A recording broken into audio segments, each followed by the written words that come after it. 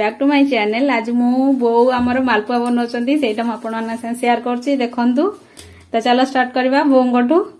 तो कोन बो पकेले एटा मैदा केते ग्राम मैदा नेबा एटा 250 किंबा 300 ग्राम भीतर हो। जेते अधिक चाहि ते अधिक हे परिबो। हम मिनिमम 250 ग्राम नेछु।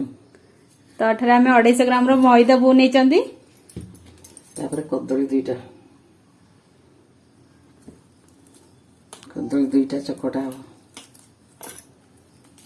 तापर हमरो 1 कप खीर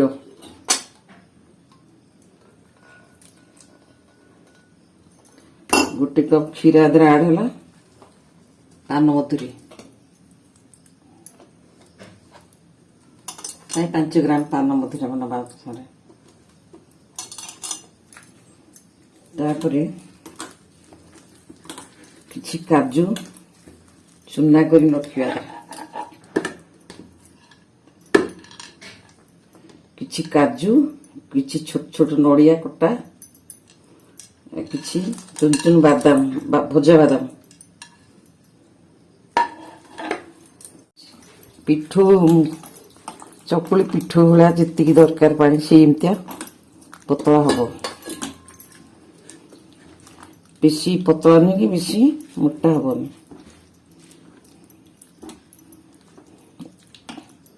ताको हम भलो भाबरे गोळे नेबा एठारे समस्त करिकि ताको भलो भाबरे गोळे नेबे।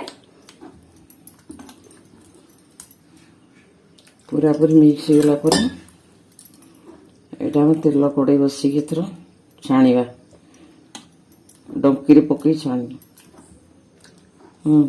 फास्ट हमर चीनी सिराटा करिवार नियति दरकार। आगे चीनी सिराटा कय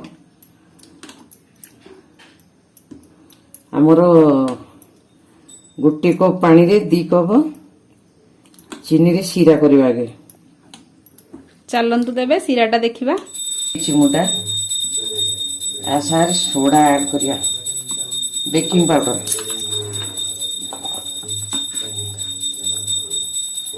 एथरो सब मिक्स हो।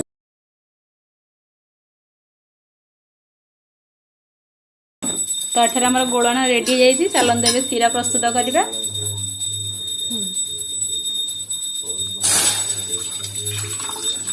केते पानी रे केते सिरा अंदाज गोटे कप पानी रे 2 कप चीनी पड़िबा।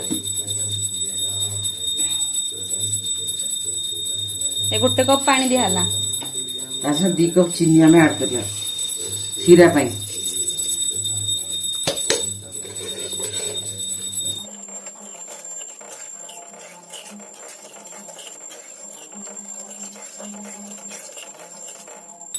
लोक आमर पूरी भोगर लगे भी बड़ महाप्रसाद आम जगन्नाथ प्रिय भोग मालपुआ भी सीटी भोग भी पाखे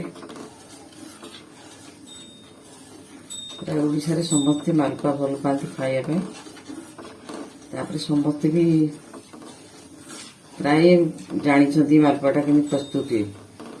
तथापि आम गोटे नुआ प्रकार देखुचु खाइले जापर यहाँ केते डिफरेन्स लगुव। आम जो चीनी सिराटा करा बेसी बहलिया हेनी कि बेसी पतला भी हेनी मध्यम धरण चीनी सिराटा हम जमी मालपुआटा को लगिकी रही सिरा गुरा गड़ी जाऊँ। प्रस्तुत होची चीनी सिरा देखंतु।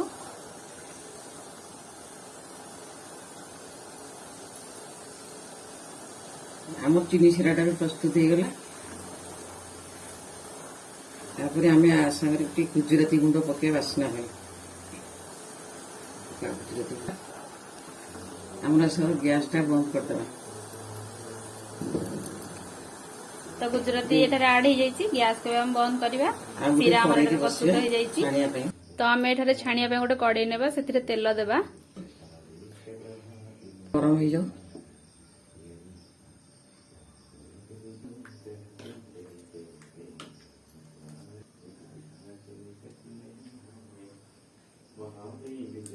तेलटा भल भाव गरम हो गले मध्यम आंचरेटा हम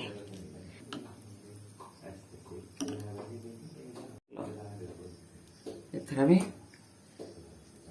डंकी रे गोटे गोटे पकेइबा। कि सुंदर भाव फुलुची देखंतु।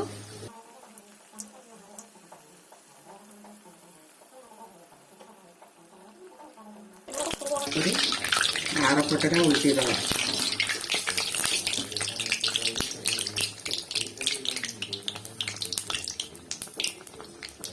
ଆମର ଏଇ ଯୋଉ ପଡିଲା ମାଲପୁଆଟା ଠିକ୍ ପୁରୀ ଭଳିଆ ସେ ଫୁଲି ଯାଉଛି। ପୁରୀ ଫୁଲିଲା ଭଳିଆ ଡିପ୍ କଲର ହେଇଯିବ।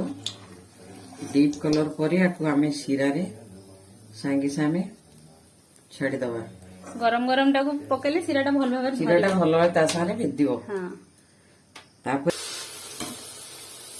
ଚିନି ଶିରାରେ ପଡି ସାରିଲା ପରେ ଆମେ ଏଇଟା ଦି ପଟକୁ ପଲଟି ଦେଇକି ଆଉ ଗୋଟେ ଜାଗାକୁ ବାହାର କରିଦବା। ତ ଏଠାରେ ଆମେ ଗ୍ୟାସର ଫ୍ଲେମ୍କୁ ମିଡ଼ିୟମରେ ରଖିକି ଛାଣିବା। ତ ଦେଖନ୍ତୁ କେତେ ସୁନ୍ଦର ଭାବରେ ଫୁଲୁଛି। ଏଠାରେ କେତେ ସୁନ୍ଦର ମାଲପୁଆ ଆମର ରେଡି ହେଉଛି। ଦେଖନ୍ତୁ ଏଠାରେ ଆପଣମାନେ ନିଶ୍ଚିନ୍ତ ଟ୍ରାଏ କରନ୍ତୁ।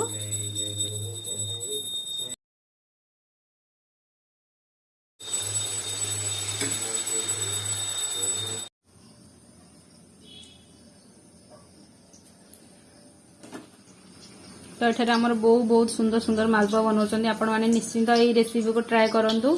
आमको कमेंट कर जनातु केमती आपण मैंने करुँच।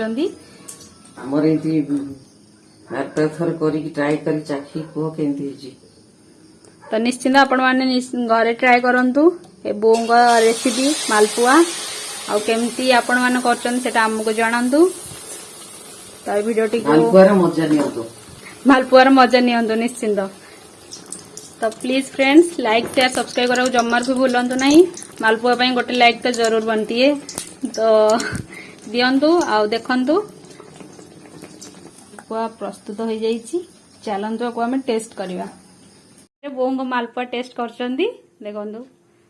टेस्ट करो केमती लागुछ को। बहुत बढ़िया है कि टेस्ट। तो बोंग मालपुआ बहुत बढ़िया टेस्ट है। पुओं को बहुत बढ़िया लगिला। तो चलंतु बोंग पाखु जीवा। तो बो आपणकर मालपुआ बहुत बढ़िया टेस्ट लगिला।